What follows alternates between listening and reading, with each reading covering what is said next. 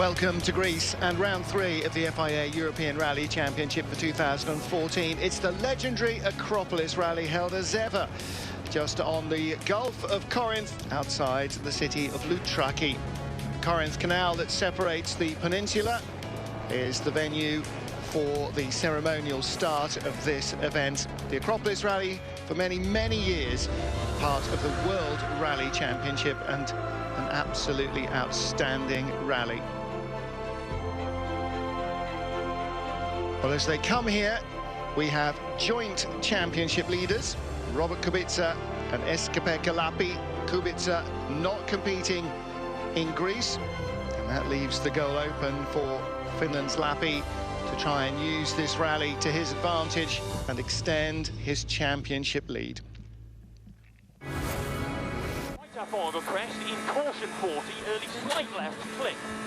Well, it's the first appearance in competition of the Peugeot 208 216 T16, driven by former Volkswagen Rally driver Dutchman Kevin Abbring. He made a flamboyant and impressive start, taking the lead after 3 stages, but retired on stage 5 yesterday, the penultimate one, with a water leak. Well, what was bad news for him might also have ended up being bad news for Craig Breen, but whatever the problem was for Abbring's car, it didn't strike his teammate's 208 T16. Breen had been in second spot. He won 2 of the day's tarmac stages to take the overnight lead. Freshman Brian Bouffier picked up a punch on stage 2, made an overshoot mistake on stage 3, dropping a little time, but still in second place in his Citroën DS3 RRC. 14.7 seconds, the overnight deficit to the leader. Kajtan Kajtanovic of Poland in his Ford Fiesta R5, worrying that his top speed might not be quite enough on the fast tarmac stages, battling with Brian Bouffier nevertheless, just 0.3 of a second behind overnight. But for Esa-Pekka Lappi, the championship leader coming in here, struggling, lacking torque and speed, 43.8 seconds behind, just ahead of Dmitry Gryatsin, the Russian, Vasily Gryatsin, the Russian. Bruno Magalhães, the former Portuguese champion, returning for the first of 6 ERC rallies. He's in a 207 this time. Next time out, he will be in a 208 T16. Well, leg 2 was all about tarmac. Leg 1, rather, was all about tarmac. Leg 2, all about gravel. Very different format for the shortened 2-day European Rally Championship version of the Acropolis. And it's an earlier time of the year as well, so although there is sunshine around, it hasn't got the searing heat of midsummer. And there was a little bit of a sprinkling of rain on day 1. Well, 7 stages rather in the second leg, 6 on gravel, just the super special, stage 10 held on tarmac. So the first 3 stages in the opening loop in the morning. Stage 8 is the longest, 22.2 kilometres, as they loop to and fro across the Corinth Canal.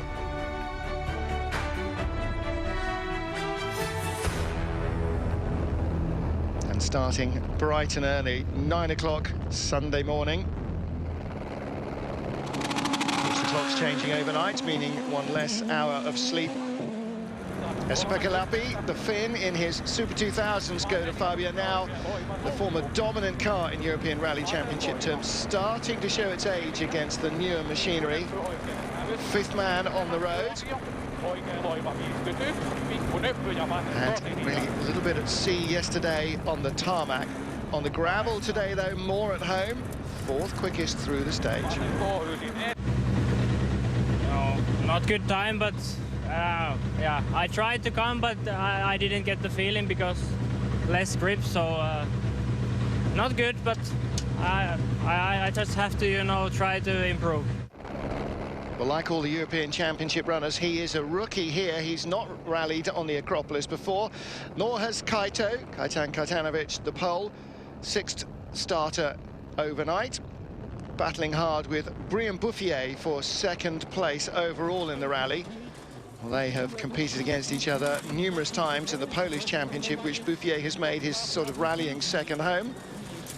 Kajtanovic finishes in 11 minutes 59.5. Staramy się cisnąć jak najmocniej. To jest odcinek Pushing very hard, he said. Mimo wszystko. It's quite similar to yesterday because it's really quick.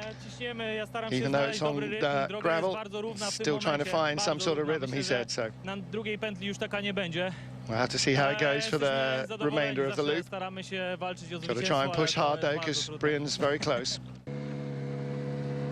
Brian is very close.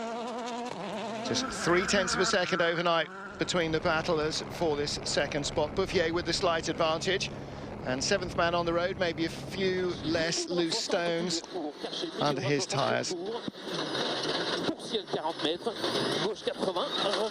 on the stage, right after Kajtanovic's Ford. Gets to the end, and he's over 12 minutes. He's dropped 10.8 seconds, and he drops to third. Well, not a great time in the stage. Kaita had a super excellent run, he said. We've got to try and push a little harder on the next stages because the gap is widening. Craig Breen started 8th on the road. Came through just a fraction quicker than Kajtanovic, 0.8 of a second. But that's enough to extend his advantage. Kajtanovic moving up to second. Craig Breen keeping his head. Of course, with this brand new car making its debut, they were 1-2 at one stage up until the retirement of Kevin Abreng yesterday. I'm discovering the car because our test was very short on gravel, so we're carrying 2 spare wheels, and it made the car a little bit different. So, but very, very loose in some places, very, very loose. So I'm happy to get to the finish. Of course, coming from Ireland, he's grown up with tarmac stages, so all this rallying on the loose is still being learned, but learned fast. Breen in control as they get to the second stage of the morning. Nea Keneta, 22 kilometers and change. This is Vasily Gryatsin. He is a Russian, but rallies on a Latvian license, and slow through here. He's picked up a puncture, finding somewhere to stop and change the wheel. Costs him over 3 minutes. So Esapaka Lappi go by him, and he drops from 5th to 8th, Gryatsin. Lappi and the Skoda a long way from the fastest time on the stage, though. As you can see, very dramatic moment. He continued for about half the stage with a puncture. 26 seconds it cost him. In these conditions, it's arguable whether it's better to change the puncture or not. He decided not to. The time loss significant either way. Well, Kajtanovic having dramas on this stage, having just moved up to second place. Has a problem with power steering. Had to reset the car in the middle of the stage. So apart from the leader, it would seem everybody struggling on this one.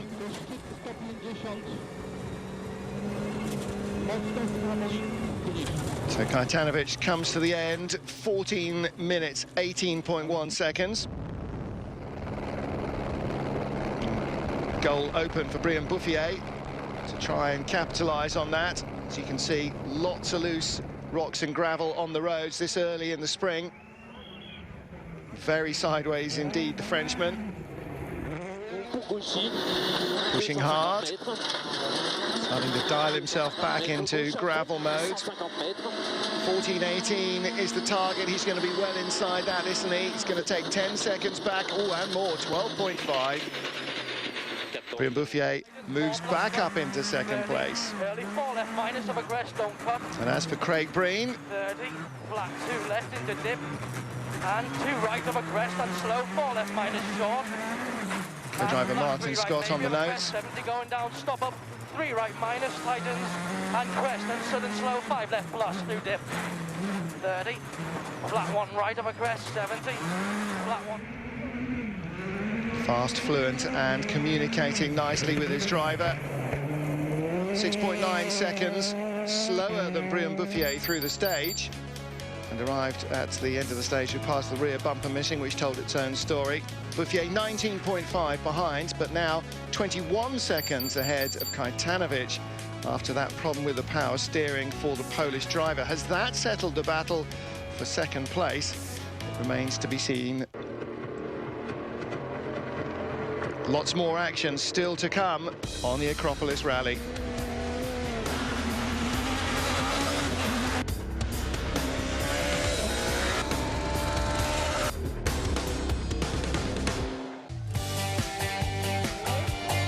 2014 Acropolis Rally forms round 3 of the FIA European Rally Championship.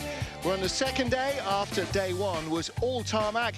Day 2 features the rocky roads of the Gulf of Corinth Peninsula and the classic puncture-laden Acropolis car breaker stages. This is stage 9, Loutraki, the third of the stages, the last before midday service in the morning. Korinthos. The battle raging between the Polish driver and arch-rival Brian Bouffier. Korinthos took second place after the first stage of the day, lost it again after the second.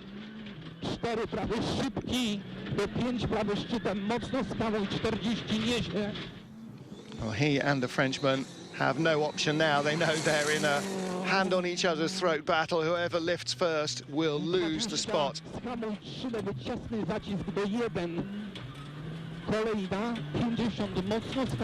Classic Greek hillside roads. Should be familiar to many, many World Rally Championship drivers. Last time this was a European spec event, back in 1968. Ford's weapon of choice then would have been Mark I Escort, perhaps. Brian Bouffier in his Citroën DS3. Citroën's rally weapon of choice in '68 would have been a DS as well, the original Goddess. Well, Korinthos, 12 minutes and 10 seconds through the stage. Bouffier not over happy with his driving so far, wasn't quite convinced he was as good as he should have been on tarmac yesterday. Still not quite found the rhythm after the first 2 stages. Can he get through here and hold on to the second place that is seesawing between himself and the pole?